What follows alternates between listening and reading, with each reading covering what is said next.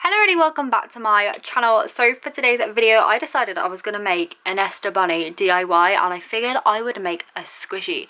So I have been obsessed with Esther Bunny for so long, ever since like the first Lazy Oaf collaboration. Just fell in love with it. It's so cute. So I don't know why I've never done a DIY on my channel before inspired by Esther Bunny, but here we are today. So last night I actually had a dream that I was like floating around in isolation wearing the new robe, and then I woke up and I was really poor and I couldn't afford it, so I decided I would make my own little Esther Bunny DIY today, and I thought I would make a squishy. So I decided to go with the cake pop kind of design because this is something I haven't made in a little bit of a while, and to be honest I really love the cake pop squishies and I thought that this would make a good design. So yeah, if you want to see how I made this, then just keep on watching. Before I do carry on, I do want to say I hope you're all staying inside, staying home, staying safe, staying healthy as much as possible, and I hope that these products are inspiring you to do a little bit of DIY whilst you are stuck indoors. So anyway, yeah, I am going to get straight on into it. So if you've watched any of my cake pop DIY squishies before, you'll know that I use these little foam balls. These are actually like balls like designed for magic tricks. You can buy them off eBay. Just type in like red magic trick foam balls. I don't know what type of magic tricks they're used for, maybe the ones that are like underneath the cup and stuff, but that's the ones that I use. I seem to have a whole box of these from making cake pop squishies. So what you want to do is insert an actual cake pop kind of stick. These are actually the real ones that I got in store in like Tesco in the baking section, and you just want to glue that into place to make the base of your cake pop. I just used some Fabri-Tac glue, which is my favourite glue for squishy making, and I just popped in the cake pop stick and just secure that down into place. Because my cake pop is going to be a little bunny, it needed some bunny ears, so I just used an offcut of piece of foam that I had, and I just like cut out 2 ears, molded them out, rounded them off and made them nice and rounded and smooth. I glued them on with the same Fabri-Tac glue just at the top of the cake pop, and I then just painted the whole thing in a white puffy paint mixture. This is just white puffy paint mixed in with a tiny bit of acrylic and a whole load of PVA glue just to make it a little bit like more runny and go further.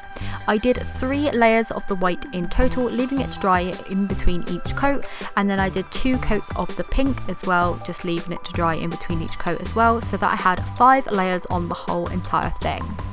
Once this was dry, I was then able to paint on the details. So going in with a tiny paintbrush, I just painted on 2 large white eyes just to act as the base. Once I put all the black details on, it was just easier to do the white first and then go in with the black afterwards. I also used a darker shade of the pink that I used on the original kind of like cake pop base, and just pop that inside the ears to give the little inner ear part.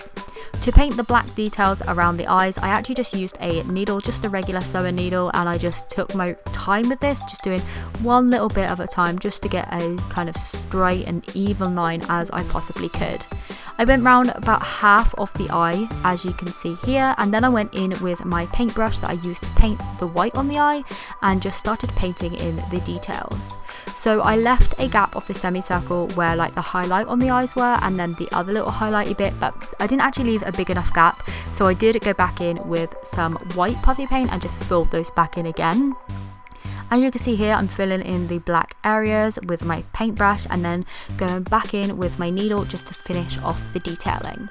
Like I said, the kind of like highlight bits weren't as big as I had hoped once I had filled them all in, so I went back in with a white puffy paint to correct those. Using my needle and the puffy paint, I just drew on some little eyelashes, made them really neat. Honestly, this took me around about 15 minutes to do each eye, and the second one I basically did it in the exact same way. I just did it off screen so that I didn't have to take up any more of your time, because I just basically showed you how to do this first one. Once I added more of that white puffy paint, I went back in with my needle to make sure it was all as neat as possible. Again, with the needle, I just painted on the nose and the little mouth part on Esther, and also filled in the nose and the little tongue bit in a darker pink. I then moved on and made the packaging once all the paint of details had fully dried. So I just took a little Ziploc bag and cut off like the little zippy bit at the bottom, and then tied it onto place using a satin ribbon. I then cut off the ends and sealed them into place with a lighter. So this is how my squishy is looking completed with packaging. I love the colour of the little bow on there with this clear packaging as well. This is something I always do on my Cakepop squishies. If you haven't seen them before, I will try and leave a few down in the description via links and stuff, because I don't usually do ones this detailed, but I'm really happy that I have chosen to do the Esther Bunny design. I think it looks adorable, so cute. Those eyes just kill me. But anyway, this is how the squishy has turned out, like I said, and squishiness wise is amazing. It is so slow. Look at that. It helps obviously with the packaging as well, because that helps to trap air.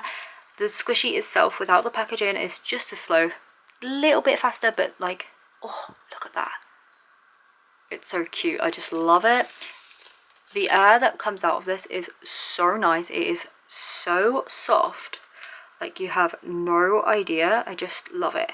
The ears are pretty much the same, kind of going on there. This little bit's taking ages to rise up. Come on, it will rise back up, don't you worry. Yeah, really happy with how this has turned out. Just, I love it. I'm going to actually just store this with all my other Cakepop squishies. I do have another design in mind, which I will be bringing you around about next week sometime, because I know that we're trying to post lots of variation of different crafts and DIYs on my channel. So stick around until next week to see another, this is taking so long, design of Cakepop squishy if you like this one. But yeah, anyway, I hope you have enjoyed today's video. If you did, please do give it a thumbs up, as it really does help me and my channel out. I would love to know what you think about this little Cakepop squishy. There we go. I think the bag was just trapping the air holes. There we go. So yeah, I hope you enjoyed this video. If you did, please do give it a thumbs up, as it really does help me along my way. I will be back tomorrow with another DIY around about the same time, so hopefully you can join me for that one. And yeah, I'll see you then. Bye!